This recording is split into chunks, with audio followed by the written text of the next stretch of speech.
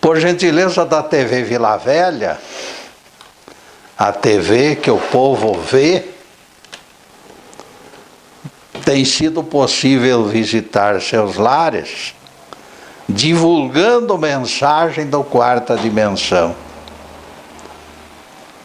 Quem crer e for batizado será salvo. É projeto para o futuro. Percebam que Jesus disse: quem tiver fé do tamanho de um grão de mostarda, dirá ao monte: transporta-te daí, vejam só. E o monte obedecerá. Este é um testemunho de fé.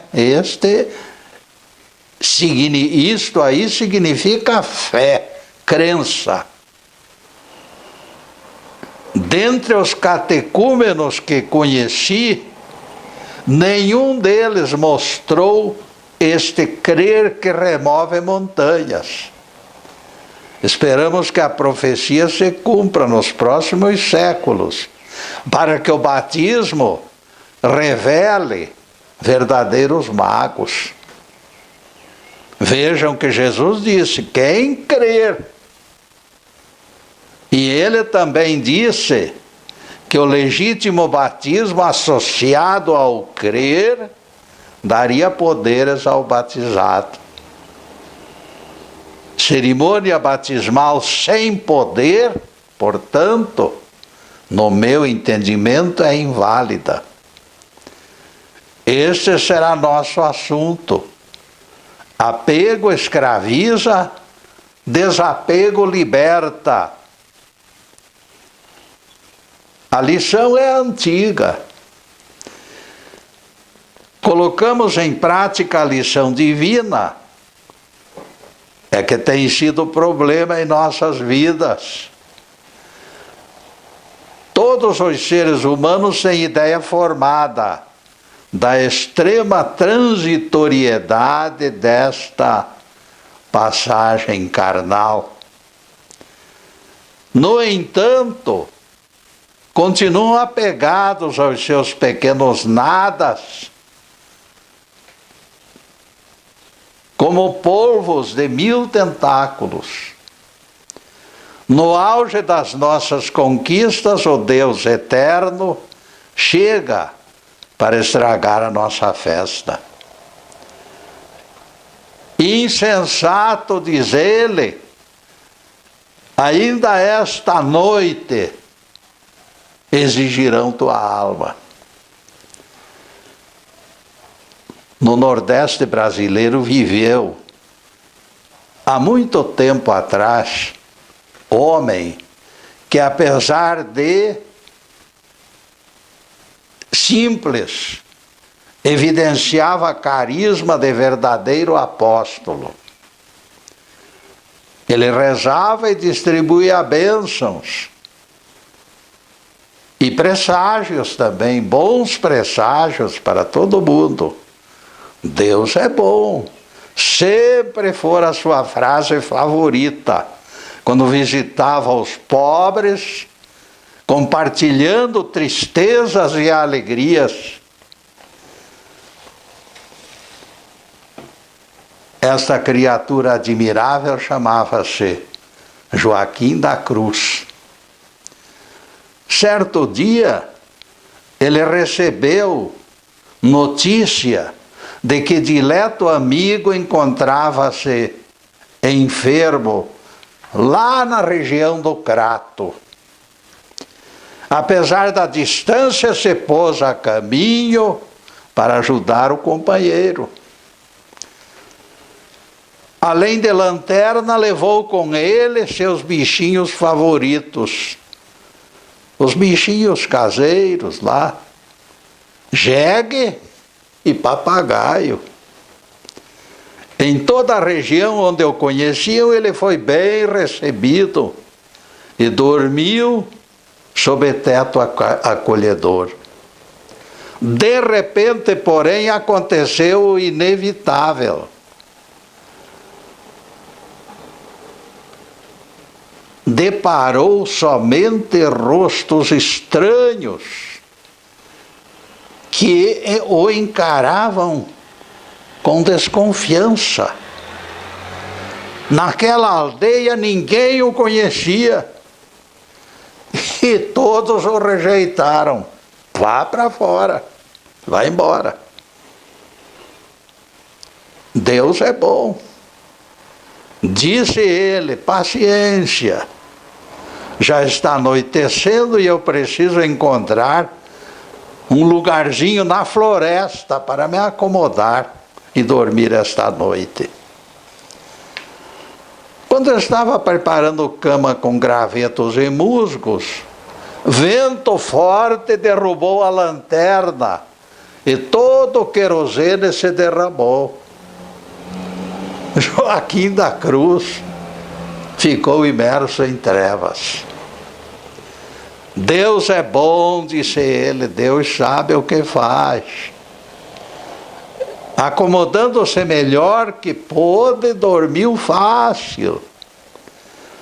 Dali a pouco, isto é, no fim da noite, acordou sobressaltado. O jegue e o papagaio estavam sendo devorados por uma caterva de lobos. Percebendo que acordara tarde demais para salvá-los, emitiu pensamento de simpatia e gratidão para com os seus bichinhos mortos, e depois de breve período de insônia voltou a dormir. Ele estava muito cansado. Deus é bom. Acordou dizendo, quando percebeu que o dia já estava alto, já desperto, retornou ao mesmo povoado que o rejeitara na véspera. Encontrou pessoas marcadas por ferimentos profundos em toda a extensão do caminho. Pereceram todos. Só nós conseguimos escapar, explicou o líder do grupo. Bandoleiros armados saquearam a aldeia. Estão todos mortos na cidade. Penalizado com a má sorte dos moradores da aldeia, Joaquim da Cruz concluiu que estaria morto se tivesse dormido naquele lugarejo. O vento forte que derramara o querosene impedira a luz da lanterna que atrairia os ladrões. Ele seria o primeiro a ser sufocado pelos bandidos.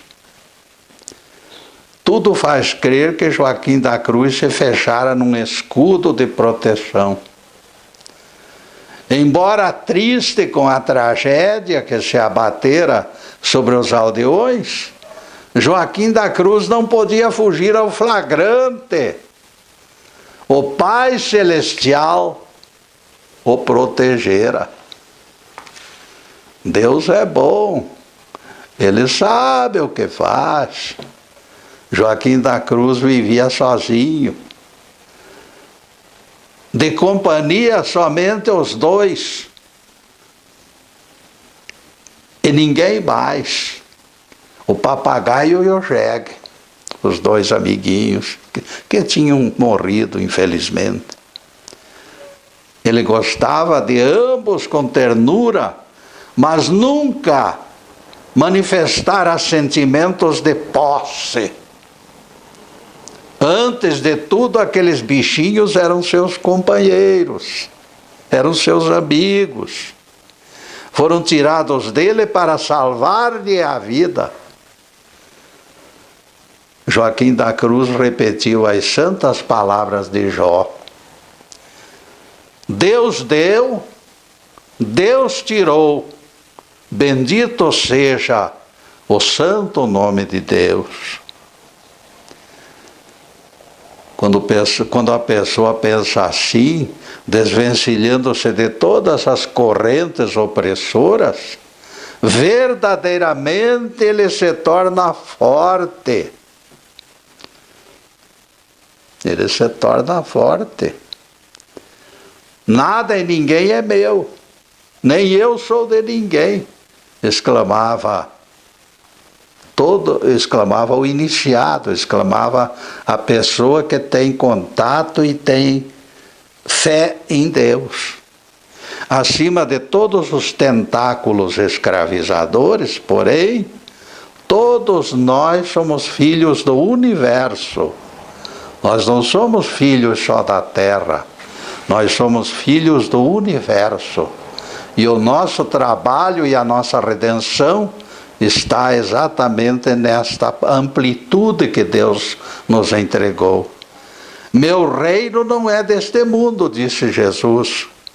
No entanto, em se tratando de nós, enquanto guardados neste casulo de carne, todos pertencem ao mundo e se obrigam a respeitar a natureza. Ela define o nosso campus de aprendizado. Nosso corpo sobrevive se alimentando dos elementos da atmosfera da Terra. Ninguém pode negar dependência completa, todavia. A pergunta é a seguinte: para manter a dignidade, Getúlio, você não acha justa a corrida até mesmo frenética para alcançar meios de sobrevivência? Eu acho que não é bem isso que se encontra em questionamento Crispim. Código algum deveria impedir a busca do alimento para a família e para si mesmo. Nós somos espécie de piolho do planeta e, como tal, teríamos que absorvê-lo visceralmente. E neste ponto, amigos, nós vamos fazer a primeira interrupção do programa para os comerciais do canal. Mas é um instantinho só. Daqui a pouco estaremos de volta. Obrigado.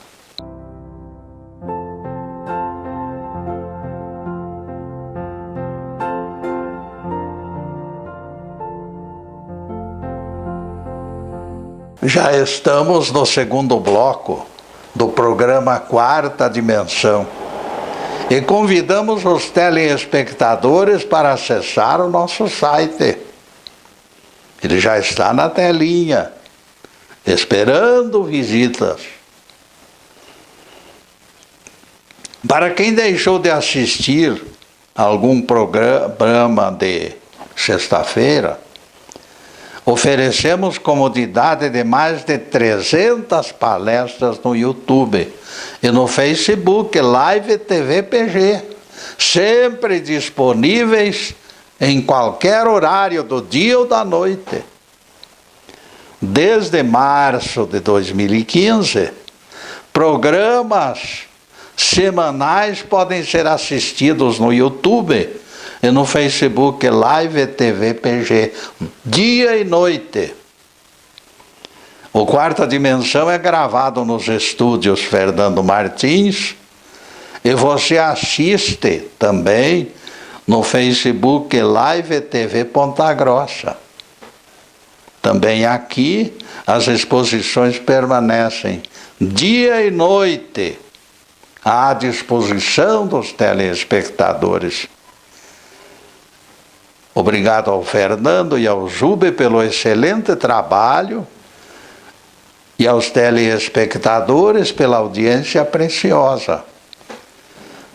Com enorme alegria agradecemos manifestações pela internet. Obrigado, minha gente. Em seguida, o tema: apego escraviza, desapego liberta. Se te faltam meios para sobreviver, é mais do que justo que corras atrás da carência. O contrário é que seria errado. Esperar que a caridade pública te socorra. Se tiveres força e saúde, a tua missão precisa ser cumprida, custe o que custar. Nós recebemos a bênção de reencarnação para cumprimento de metas.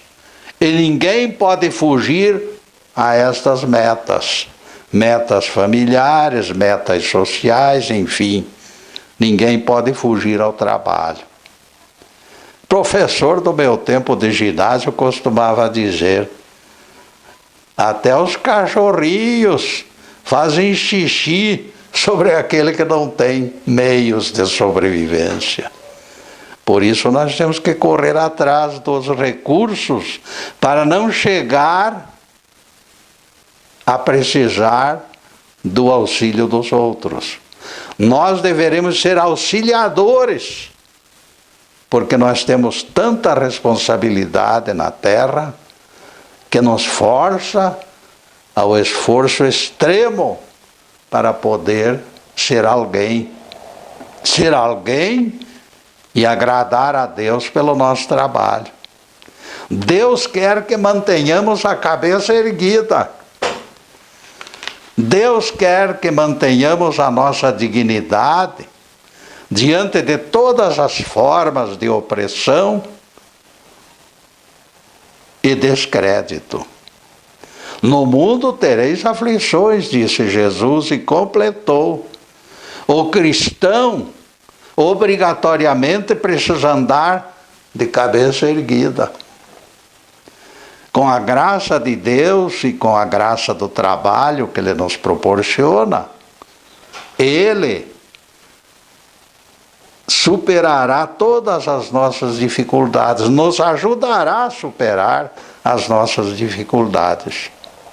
Jesus veio ao mundo para vencer o mundo. O resumo de sua mensagem para nós é o seguinte: faça a sua parte e o resto deixa comigo, deixa com Jesus.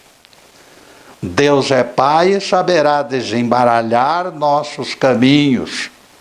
O mundo em que vivemos nos impõe regras e nós teremos que cumpri-las.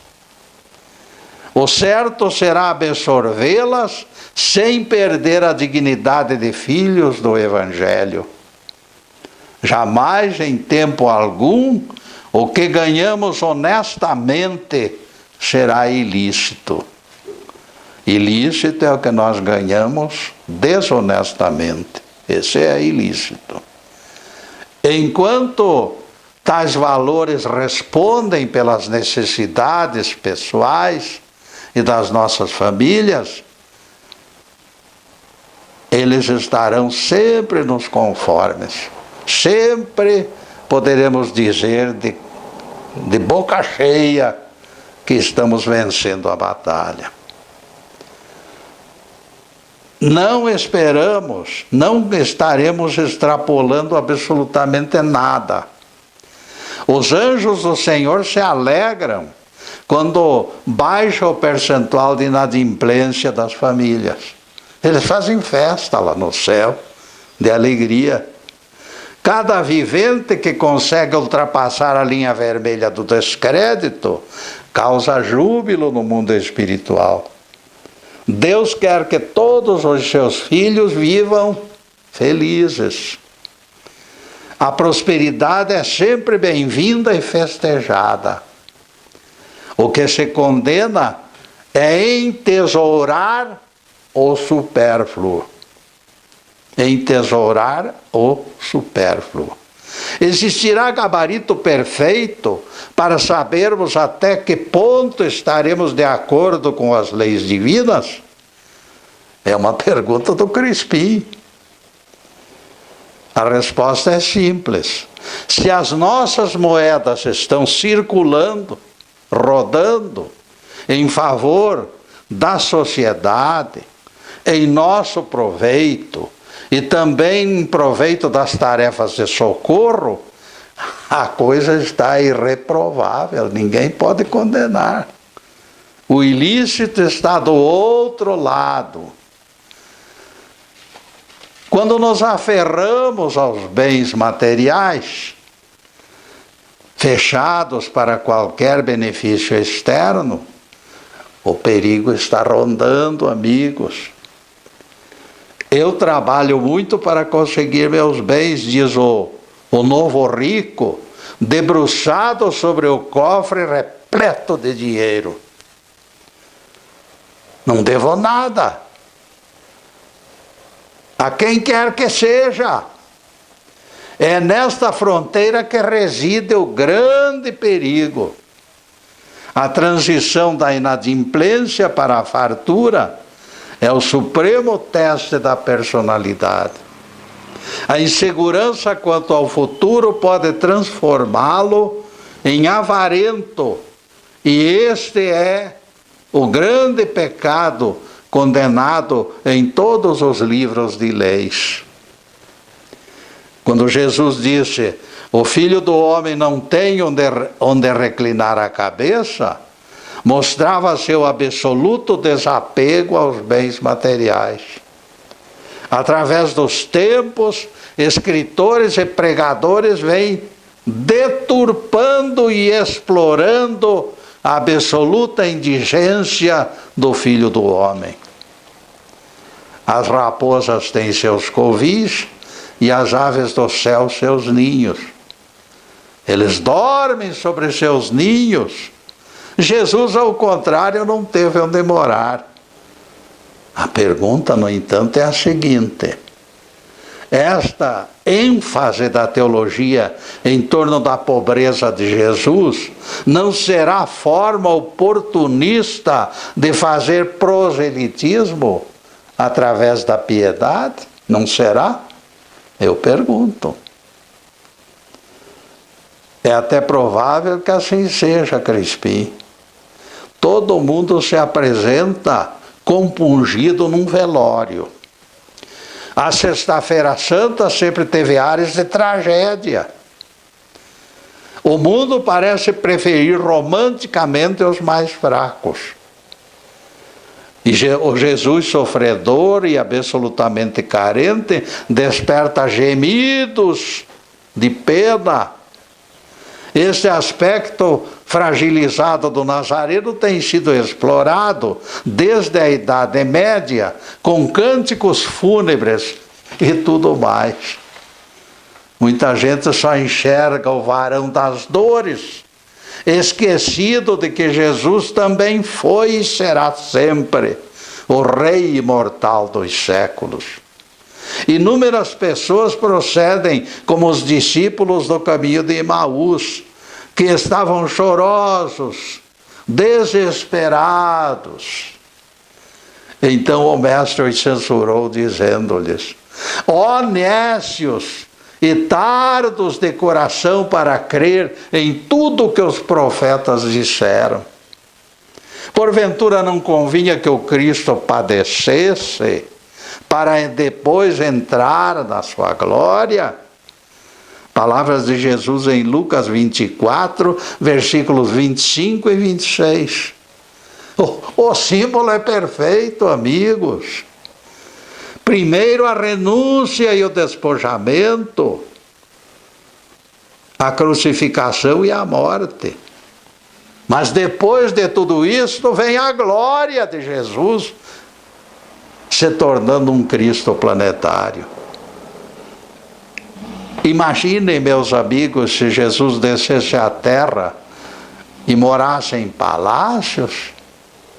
Não seria nada interessante isso, como exemplo.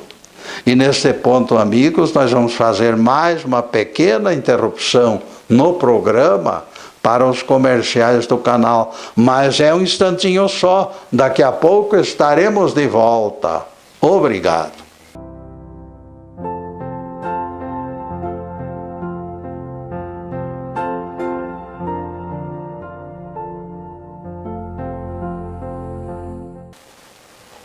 Estamos voltando com o programa Quarta Dimensão, terceiro bloco.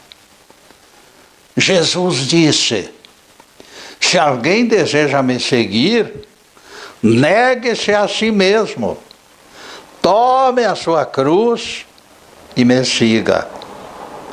Lucas 9, verso 23. Vocês já devem ter notado que este texto elimina o mito da salvação grátis, sem esforço. Para seguir Jesus, teremos que carregar nossa cruz e negar nossa falsa importância. Depois tomar nos ombros o madeiro das provas e proceder conforme suas palavras e exemplos. Se tudo fosse fácil, como dizem alguns, Jesus não recomendaria carregar cruz, porque cruz é símbolo de sofrimento. Tem que carregar o sofrimento, isto sim, sem lamúrias e sem queixas. O sujeito teria dito: já houve o sacrifício por parte de Jesus, tudo está pago. Mas ele não disse que tudo estava pago. Ele nos entregou uma cruz para nós carregarmos. Ele ordenou que cada vivente carregasse sua cruz pessoal e o seguisse com fé e esperança. O próprio batismo é aquele das provas redentoras. Este é o batismo verdadeiro. Este realmente é o caminho da salvação. Este batismo salva mesmo. Agora nosso tema. Apego escraviza, desapego liberta. Não, meus amigos, isto aí é ideia de jirico, sem o menor sentido. Na pobreza e no desapego, o mestre se engrandece e se torna almenara sublime para todos os deserdados do planeta.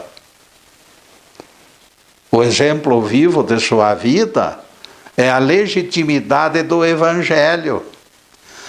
Toda a força do Novo Testamento reside nesta saga do homem divino que venceu adversidades e desencarnou de pé no rumo das estrelas.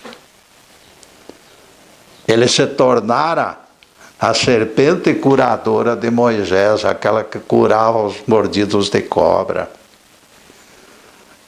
Ele preferiu ser pobre dentre os mais pobres, o mais humilde dentre os humildes, o mais paciente dentre os pacientes e o mais santo entre os santos.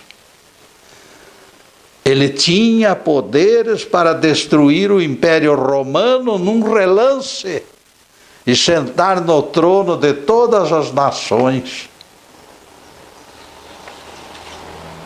Não o fez, porém. Por quê? Porque o caminho era outro. Sua força residia na renúncia e no desapego. Somente com este passaporte ele ganharia legitimidade para entrar nos casebres e conviver com os humildes. Somente com este passaporte ele se tornaria Cristo.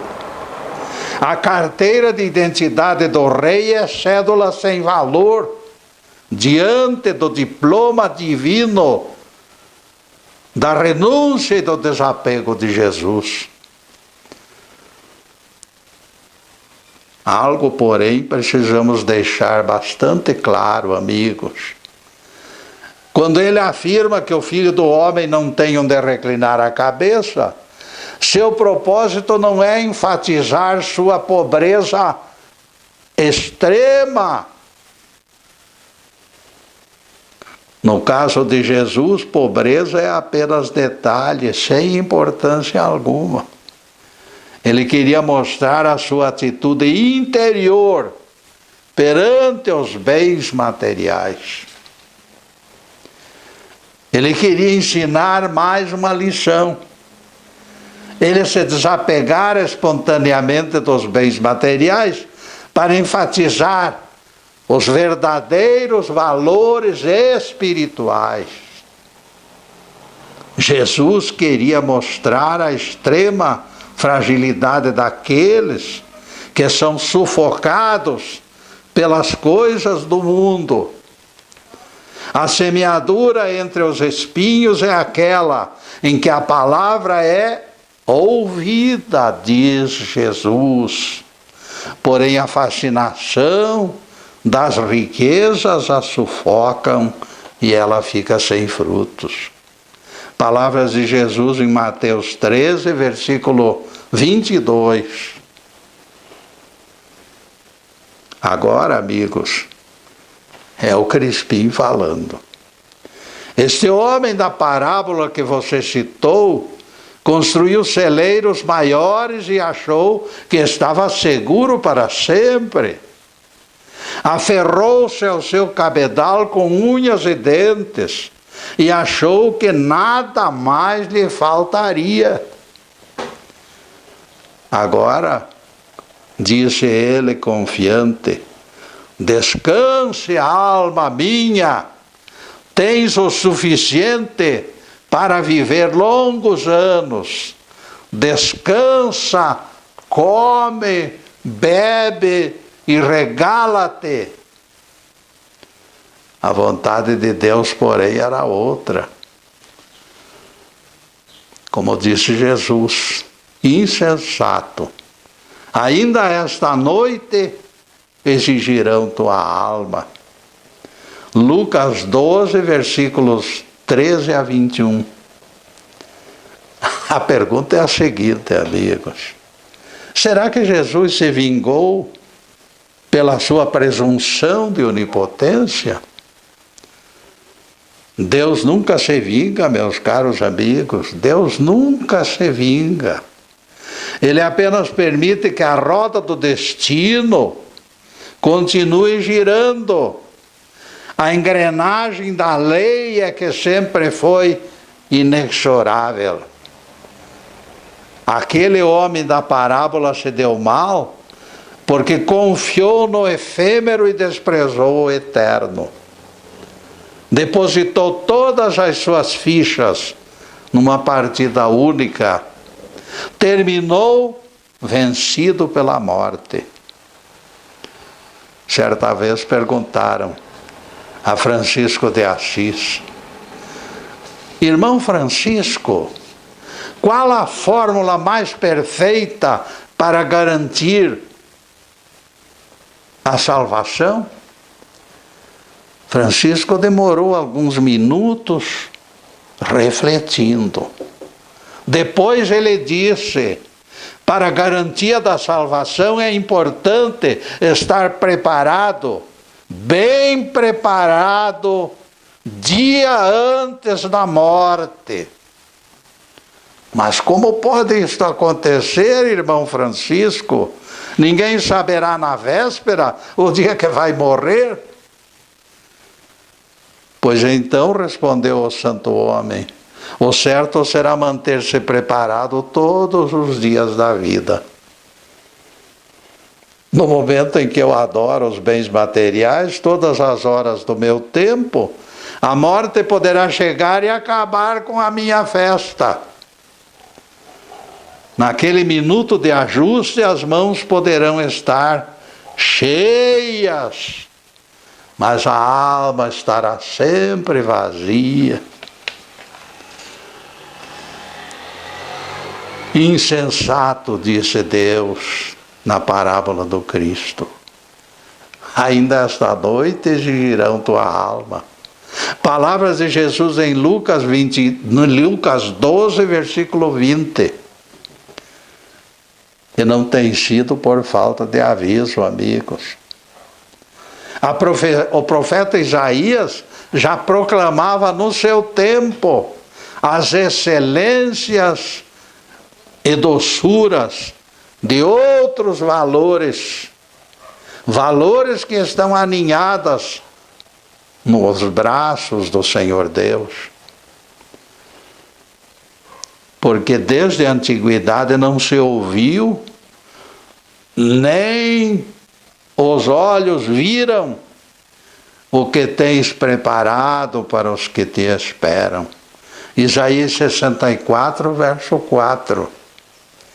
O apóstolo Paulo repete as cogitações do profeta antigo, dizendo: vem a propósito o que diz a Escritura, nem olhos viram, nem ouvidos ouviram, nem jamais penetrou em coração humano o que Deus preparou para aqueles que o amam. 1 Coríntios 2, versículo 9. E neste ponto, caríssimos, nós vamos fazer mais uma pequena interrupção no programa para os comerciais do canal. Mas é um instantinho só. Daqui a pouco estaremos de volta. Obrigado.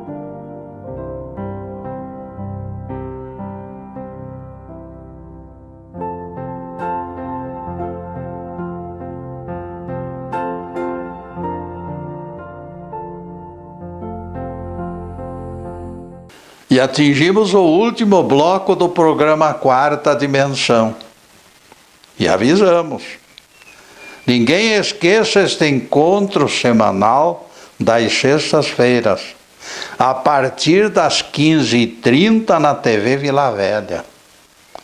Já se tornou costume nas tardes de sextas o estudo de assunto do Evangelho ou da Bíblia, sem algemas. Na próxima semana apresentaremos outro tema de grande interesse. Em seguida, os últimos questionamentos sobre o assunto em estudo. Apego escraviza, desapego liberta.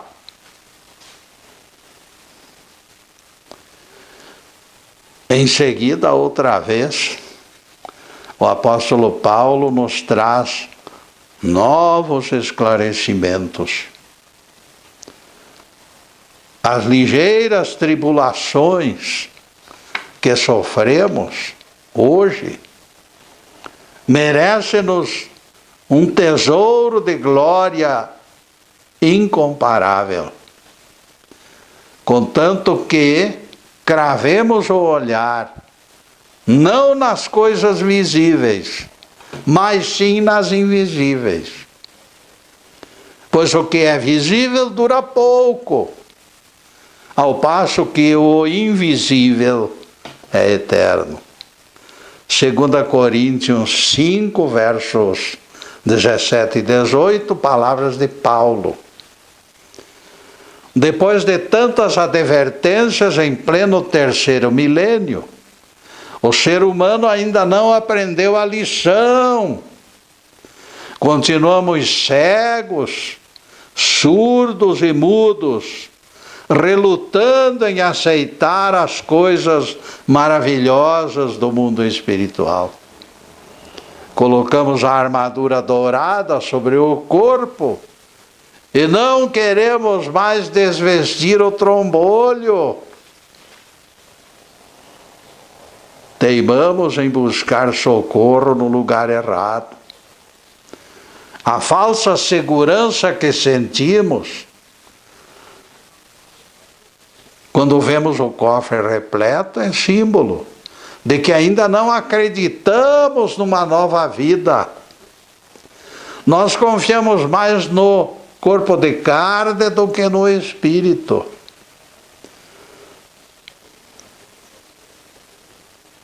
Mamon para nós tem mais poder do que o próprio Senhor Deus. Cuidado, meu irmão. Esta noite poderão exigir tua alma, não esqueça. No sul da Somália, viveu há muito tempo homem santo chamado Abdul Jabarte. Ele se desprendeu de todos os bens materiais vivendo numa caverna distanciada de todo conforto.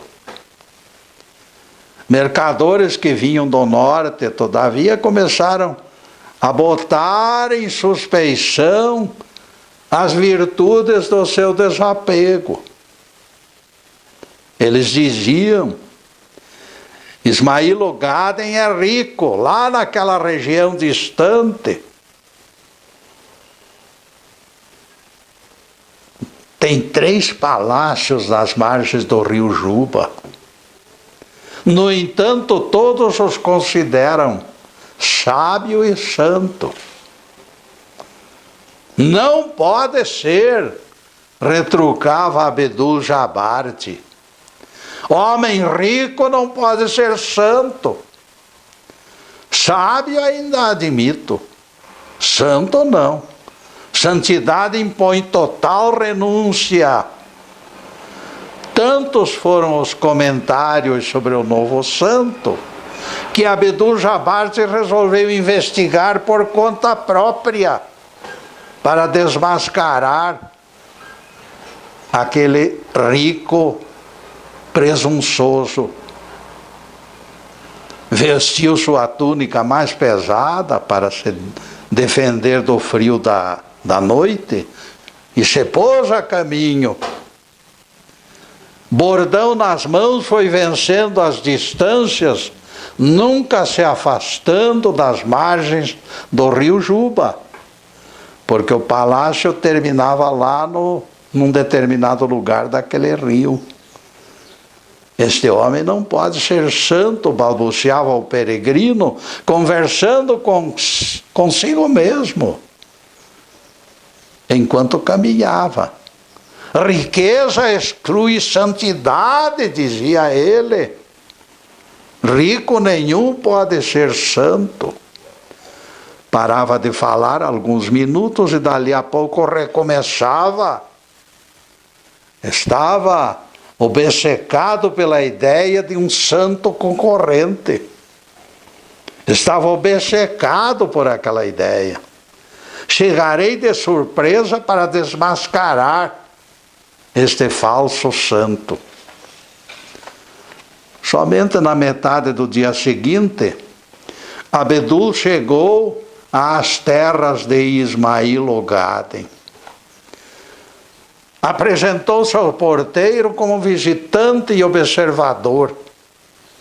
Foi recebido com grande alegria pelo próprio dono da casa. Chegou na hora certa, amigo. O almoço está sendo servido, disse o dono da casa. Abdul Jabarte percebeu que mais de 20 comensais rodeavam a mesa.